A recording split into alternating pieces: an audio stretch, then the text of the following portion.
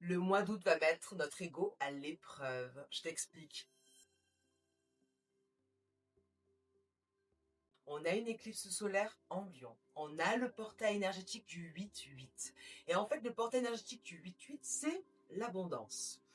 Le lion a cet ego en lui, désolé les lions, mais il y a une sorte d'ego. Et en fait, cette éclipse va mettre en lumière le fait qu'on ne s'impose pas assez, le fait qu'on ne soit pas assez visible, le fait qu'on ait besoin en fait d'être mis en avant, tu vois. Et tout le mois d'août, ça va être le coup de j'ai le droit de briller moi aussi, j'ai le droit de gagner de l'argent, j'ai le droit à ce qu'on m'entende. Et en fait, ça va être cet ego. Alors il faut pas qu'il soit mal placé, il faut qu'il soit bien placé, mais il va nous mettre à l'épreuve dans le sens où il va falloir trouver le juste équilibre entre le bon ego, parce qu'on en a tous, et le mauvais ego. Et là, en fait, on va vouloir briller, mettre des choses en place, bien que ce soit les vacances. Donc, on va être un peu en contradiction et c'est là où il va être mis à l'épreuve. On va regarder avec les cartes un peu plus en détail, mais là, c'est le message que les guides m'ont dit, ok? Alors, pour ce mois-ci, les énergies du mois d'août. En fait, du coup, voilà, ce mois-ci, on a envie d'aller bien, on a envie d'être dans la recherche du bonheur, on a envie en fait que les choses se passent bien. Qu'est-ce qui pourrait me faire du bien sur le long terme?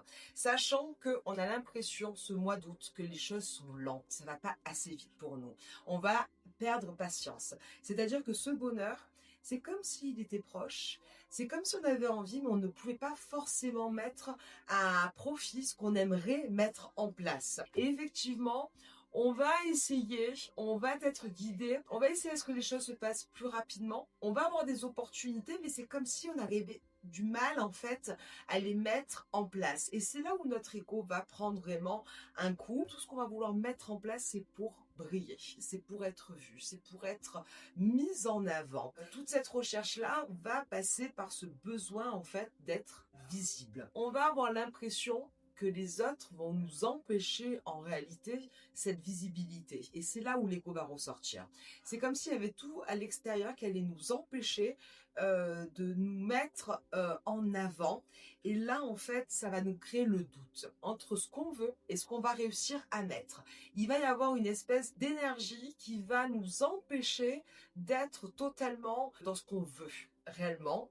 Et en fait, toutes ces énergies où on va avoir la confusion, toutes ces énergies où on va avoir en fait ce sentiment de j'ai du mal à et j'aimerais, ça va nous apprendre beaucoup de choses sur nous. En fait, là, concrètement, si tu veux que le mois d'août se passe bien, ok, il y a des énergies qui vont nous empêcher d'aller vers ce qu'on espère et ce qu'on souhaite dans notre vie. Mais à la fois, il y a une énergie où on veut réussir. L'idée, c'est de se dire, ok, j'ai le temps, c'est juste le mois d'août.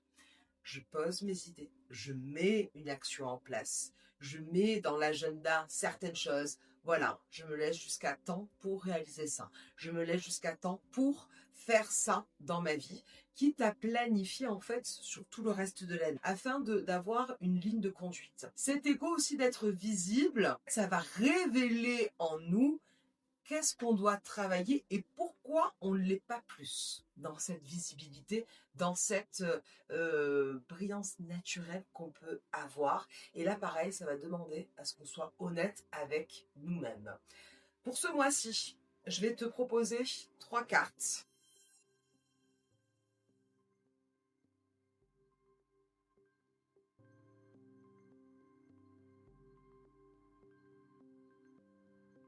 Je te propose 3 tas. Ça va t'aider à comprendre comment cet ego, comment cette introspection va se passer pour toi pour le mois d'août et peut-être des astuces qui te sont propres pour bien saisir ces opportunités et être prête et prêt en fait pour le mois de septembre.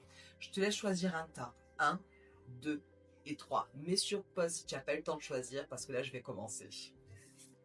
Ok, si tu as choisi le tas numéro 1, tu vas avoir en fait cette envie de changement, mais tu vas être dans le brouillard. En fait, tu vas être dans le noir absolu.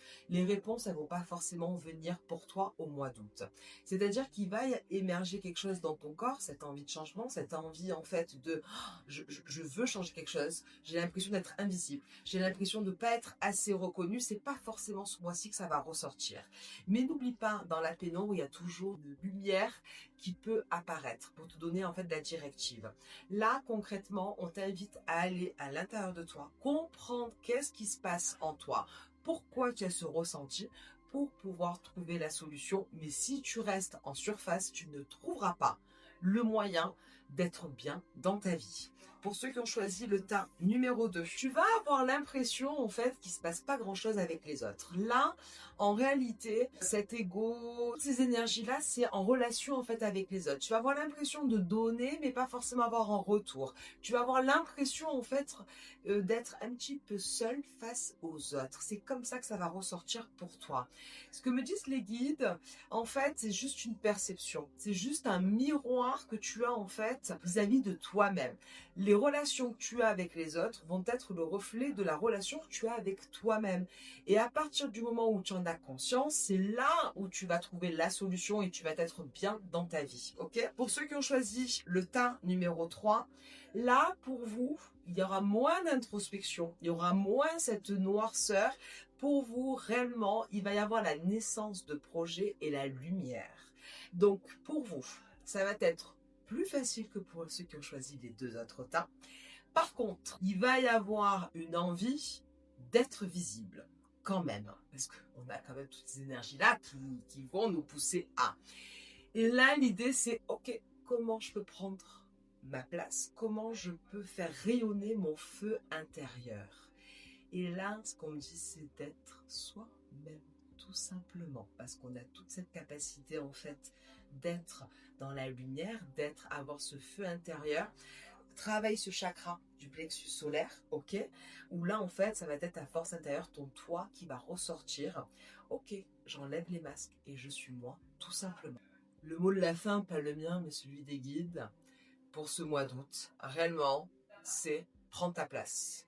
En fait, ne laisse personne t'empêcher de prendre ta place. Ne laisse personne, en fait, dicter où tu dois être et comment tu dois être. Réellement, là, il faut être réellement soi-même et il faut aussi, en fait, s'imposer quelque part face aux autres et de pas se mettre dans l'ombre.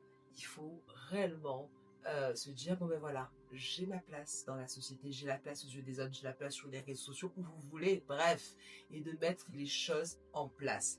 Il y a aussi, on me dit, une énergie d'action, mettez à l'action. Et on en revient à ce que je disais au départ, planifier dans l'agenda avec un objectif et une vision de là où vous allez. J'espère que cette guidance du mois t'a plu. Dis-moi en commentaire le tas que tu as choisi pour ce mois-ci. Est-ce que ça résonne pour toi? Et qu'est-ce que tu penses de ce nouveau format? On se retrouve très bientôt pour une vidéo qui va parler d'un tout autre sujet. Et n'oublie pas, chaque mois, je sors la guidance du mois. Et je te souhaite un bon mois d'août.